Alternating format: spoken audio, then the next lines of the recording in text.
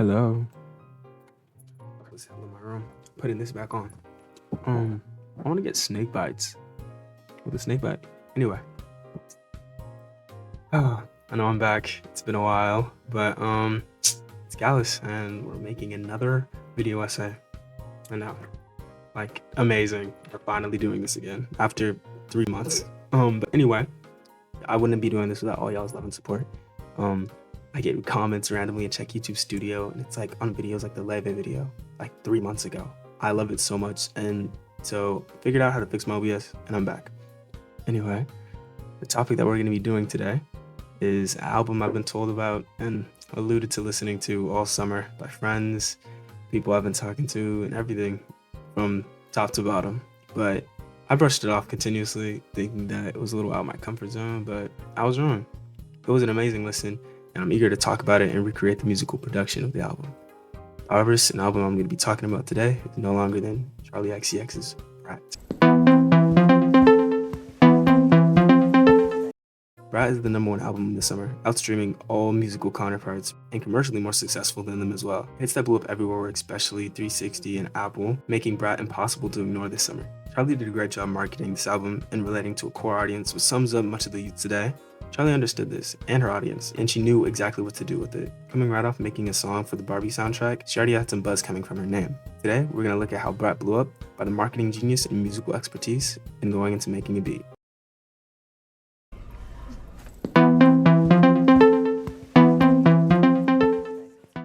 The cover is so simple, yet disliked by many at the start. I can't even lie, I kind of did not mess with it at the start. It's the most attractive, I would say. But when I first stumbled upon it, but eventually the simplicity did grow on me. And just like many others, there wasn't a place you can go this summer without seeing the giant green sign and alternate text going from Brat to subtitles of any kind, or in Pride Month when there was Brat, like Pride Month. And everywhere that you looked, you would just be reminded, this is the album of the summer. This is coming out. This is the marketing. That in general was genius. Not only did she make marketing off herself and self-promotion, obviously, but most of it came from TikTok, the internet, the fans. Aside from the cover, Charli made great marketing strategies relating to Brat as well. This could be seen especially in the Brat wall in New York City. In New York, Charli fans would search for this green wall that she posted on TikTok Live, and she would be continuously adding letters to it, making things that would make people guess what's going to be the next word on the sign, what's going to be said about next. And this made free promotion for TikTok, getting millions of views and millions of videos to be posted about it, even people taking pics in front of it, and people promoting her album without her doing a thing. What Charli did here and in the cover was allowing people to make their own ideas and speculation and theories surrounding her album, garnering more suspense than ever. We're at dinner, or else our kind will cease to exist forever. Charli made many club songs with various experimental pop beats on the album that gave a unique energy but entrancing sound to them that songs in most pop albums today simply do not present, especially in the mainstream. She also talks about various struggles inside the songs that listeners in the songs can relate to. In Sympathy is a Knife, she talks about her insecurities and jealousy, which might be a point towards Taylor Swift. Because of her current boyfriend being Taylor Swift's ex, it is a common speculation among some people, at least that I've read.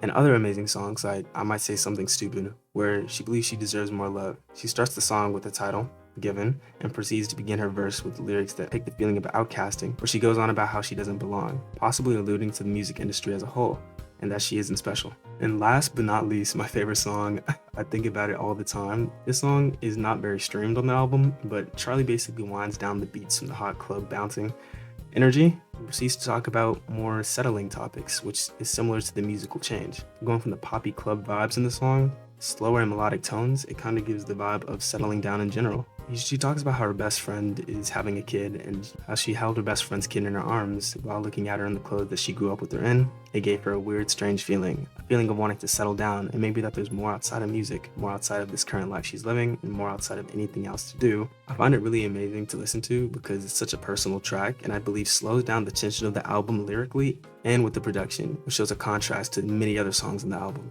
Other than that, I'm a new listener to Charli, and this being the only body of work I've listened to, only set of songs in general I've listened to, I was not disappointed though. And with many people like Anthony Fantano rating it a 10, that kind of stirred up something inside of me to want to listen to it, but I can eagerly say that I wasn't disappointed at all, and I'm glad that I checked it out.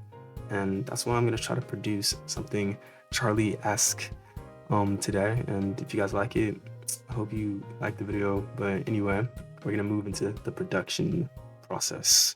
So yeah, okay, y'all. So if you see this, then this video actually came out. It's pretty late. As you can see, the date, August 24th. This album came out a while ago, like 3 months ago. But I needed a video idea. People love the video documentaries. Like Leve is at like 10K. Dude, a lot of them, all the documentaries are the ones that like do really well. So I'm gonna keep doing them. I listened to Brat in full totality yesterday with my friends. We never actually listened to Charlie. It was kind of a joke, but that shit was fire. Surprisingly, and to me, I have an expansive taste though. So any other suggestions for albums and people to make songs like, I will do. Just let me know in the comments. But the point is, today we're making a charli XCX video and how to produce like her. So I'm watching the Brat video to get, the 360 video, so I can, you feel me, understand what to make tonally to make it sound like hers. But it sounds like Flux and EDM stuff though. And also for the simplicity of myself, I'm gonna look up what key is 360 by charli XCX in. All right. Okay, C major. That makes sense. It literally sounds joyful and joyous as fuck. Like beat also sounds like you can predict the next like notes. In C major, most of the time, the beats you just gotta follow pretty strictly. Okay, let's get a good sound first of all. All right, Trident, you're not the sound selection we want. We're gonna use Pure Synth Platinum. That has a lot more of like EDM-y vintage sounds. You feel me? In order to use the library, you must first choose a sample folder. Click select. No way! What the hell happened to my Pure Synth Platinum? Well, guys, looks like we're gonna use something else other than that. So we'll use Analogy. And pray for the best. But yeah, that album in general is amazing. My favorite song though is definitely time. I think it's the least played song on the album. This song is not very streamed on the album, but these are the ones that I really like though. Like they're the only ones that I like songs because I'm not a fan of everything, you know. I'm a particular person, but I'm also open.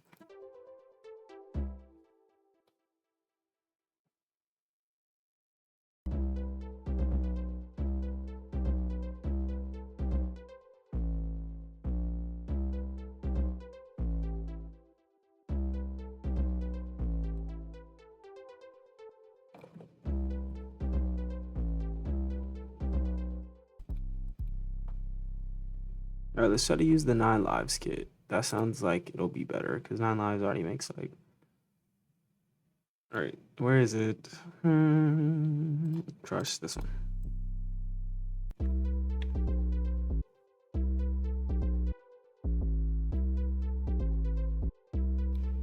All right, that's fine.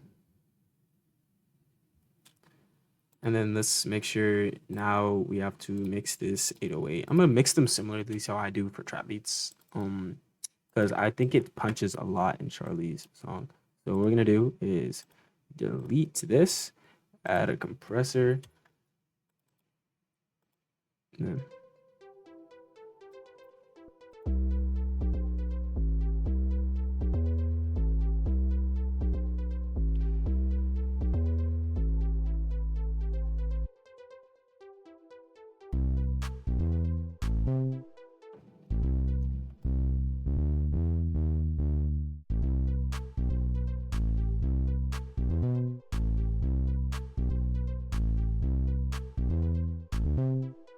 Nah, that's fine.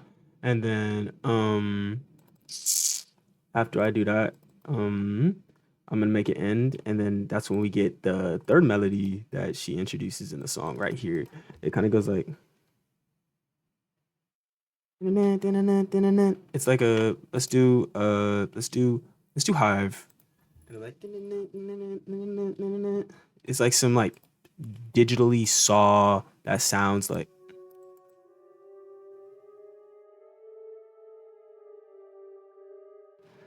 all right, yeah. Come on, let's get an arpeggio, bro. Oh my god, that just sounds fucking horrible.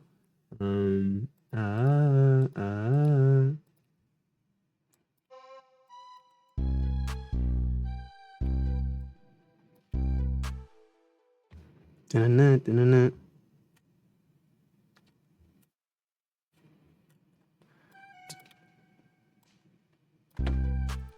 All right, that doesn't sound bad. Let's put on an arpeggio.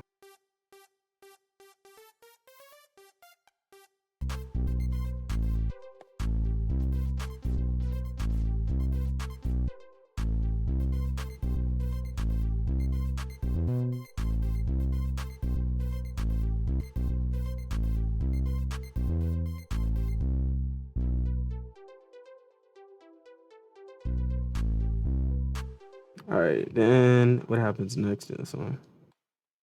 Boom-ba-da. All right, now let's add a part on the master that also EQs out the 808s. Sometimes she does that when it like changes from like beat to beat. So it'll be like EQ fudge.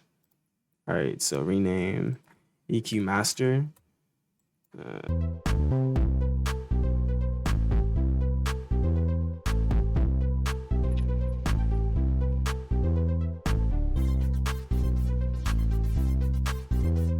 Thank you for watching. Bye-bye.